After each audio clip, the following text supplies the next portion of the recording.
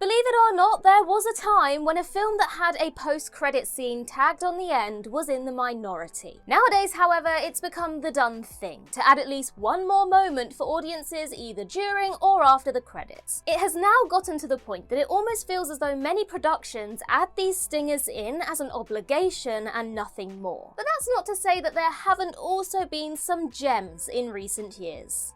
I'm Ellie for What Culture, and these are 10 recent movie post-credits worth sticking around for. Want to stay safe online and save big? Get up to 76% off a 2-year NordVPN plan, plus 4 months free, and up to a $50 Amazon gift card. Just scan the QR code or click the link in the description, and it's all yours. Number 10, a tribute to Fox, Deadpool and Wolverine. There has been plenty of emotion brought to screens by the Marvel Cinematic Universe since 2008, enough to make adults and children alike cry the ugliest of tears. There wasn't a dry eye in the house at Tony Stark's funeral, but did anyone expect that they'd be welling up watching a Deadpool film? Now, in fairness, Deadpool 2 got pretty heavy at times, with the death of Vanessa and Wade wanting to do anything to join her. But still, the appeal of the merc with the mouth has always been great action and ridiculous humour that no other characters could ever get away with. Hence the surprise at the emotional reel of footage after the credits of Deadpool and Wolverine had started playing. With all the cameos and references, the film did rely heavily on nostalgia, but with the clips from Fox's Marvel Universe in front of and behind the camera, it felt a lot more like a love letter than just fan service. Particularly being set to Good Riddance by Green Day, the couple of minutes were enough to make any Marvel fan feel something they maybe didn't expect. Yes, Fox's Marvel movies were hit and miss, and some were outright hated. But it was nice to see them acknowledged as properties like the X-Men and the Fantastic Four stepped on over to Marvel Studios. Number 9, When You Wish Upon a Star, Wish.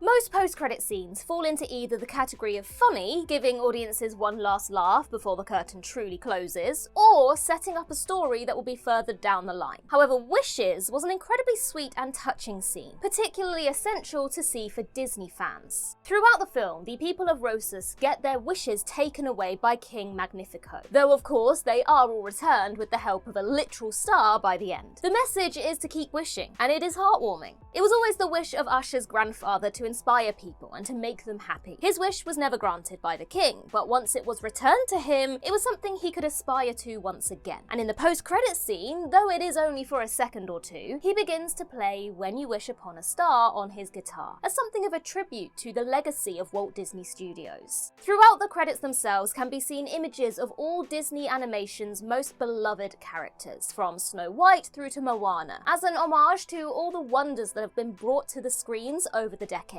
Hearing the opening notes of Disney's signature song just solidified that Wish truly wanted to go back to the start, honouring both the wonderful stories that have been told and those still to come. Number 8, Yoshi, the Super Mario Bros. Movie. The Super Mario Bros. Movie was met largely with groans at the release of the initial trailer, but $1.3 billion and a spot as one of the top 20 highest grossing movies of all time later, it's fair to say it was a success. The animation was beautiful, and though the story was relatively straightforward, it didn't need to be anything else. The movie delivered exactly what it promised, and off the back of it, audiences were immediately excited at the prospect of a sequel. A lot of post-credit scenes, far too many really, tease the future of the franchise in such a way that nothing ever really comes of it. The Super Mario Bros. Movie only showed a little teaser, with Yoshi hatching out of his classic green-spotted egg, but it will have a huge impact on the very next chapter in the series. Often the tease of a new character can underwhelm slightly. However, the film did such a strong job with how it portrayed the likes of Mario, Luigi, Peach and Bowser that it feels safe to get excited for Yoshi to join the fray. The Green Dinosaur is an incredibly popular character from the games, with multiple titles of his own, and will seemingly be in safe hands when the sequel drops next year. Number 7, another exciting new character, Sonic the Hedgehog 3.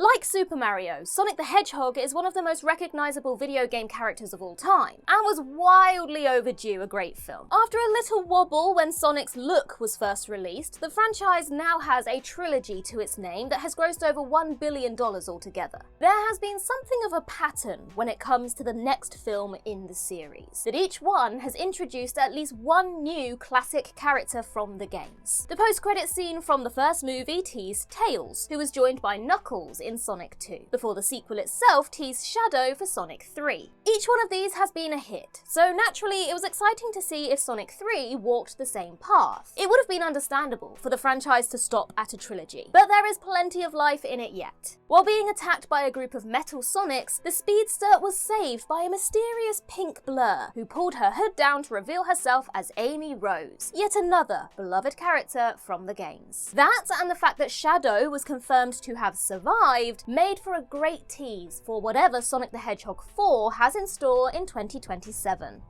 Number 6. The Return of Hobbs, Fast 10.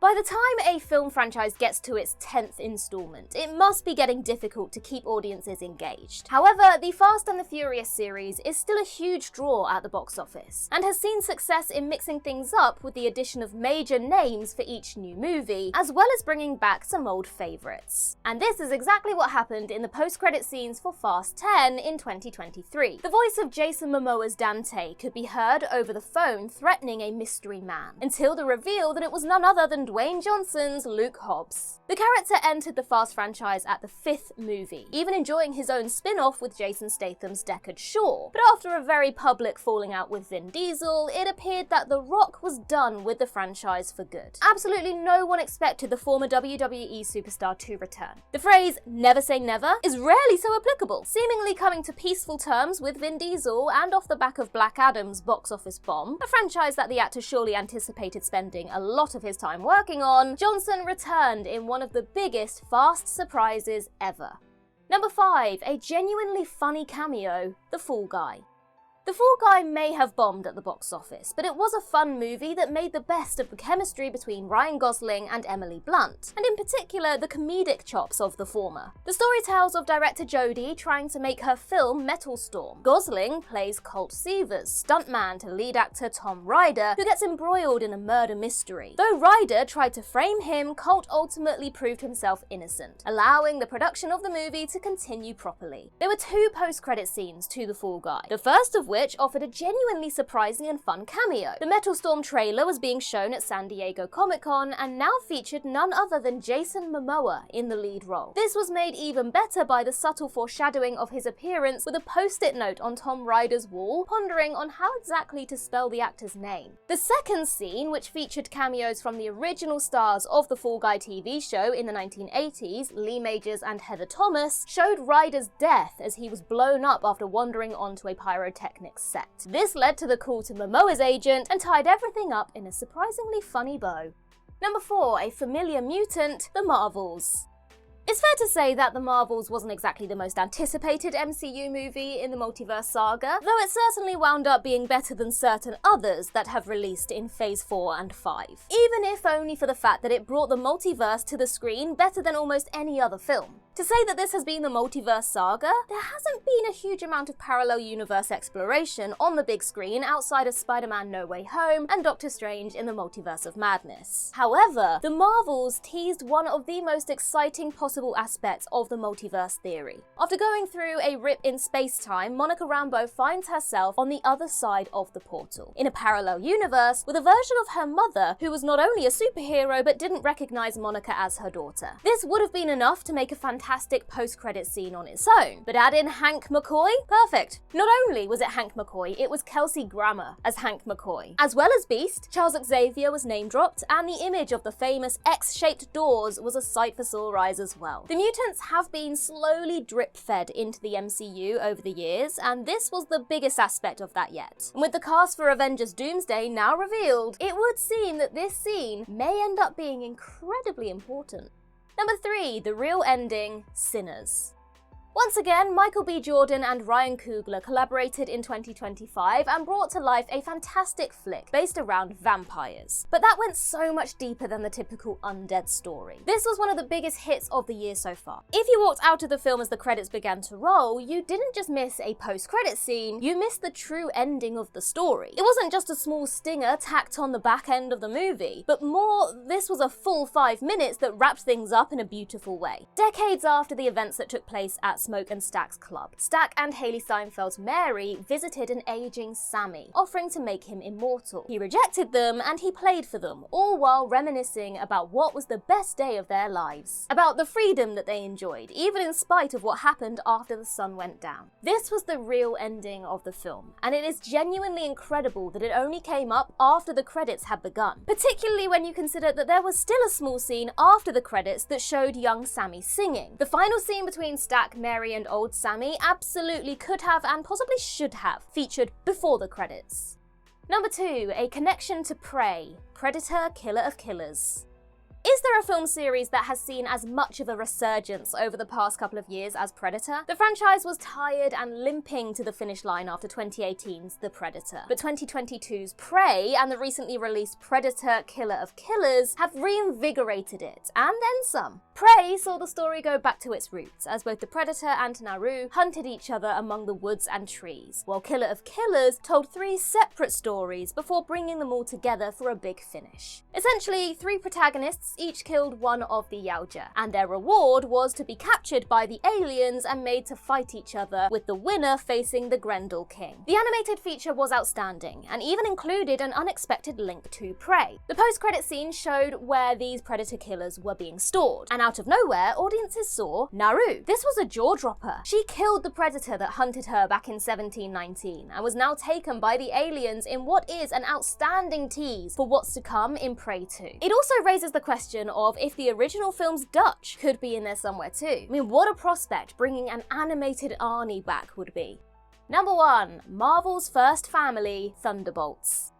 It was the MCU that kickstarted the post-credit scene craze back with Nick Fury and Tony Stark back in 2008. And similarly, the wider franchise is also largely responsible for making such scenes feel less and less special as the years have gone on. Too many post-credit scenes from Marvel Studios have either not been worth sticking around for, or have teased things that it seems more than likely won't be addressed again for years, if at all. I mean, what happened to the Eternals? Will either Clea or Hercules ever be seen on MCU screens again? Does anyone even care at this point? Thunderbolts was the first MCU flick in a long time to actually tease the very next installment in the franchise, just like the days of Phase 1, and in doing so, upped the excitement for Avengers Doomsday more than anything else has since the movie was announced. The titular team, now operating as the New Avengers, saw an unidentified ship flying through space that appeared to be from a different reality. Cue the picture of the ship with a massive blue 4 on the side and the Fantastic Four: The First Steps theme music. This scene was reportedly directed and shot by the Russo brothers, and will almost certainly feature in the next Avengers film, possibly even First Steps itself.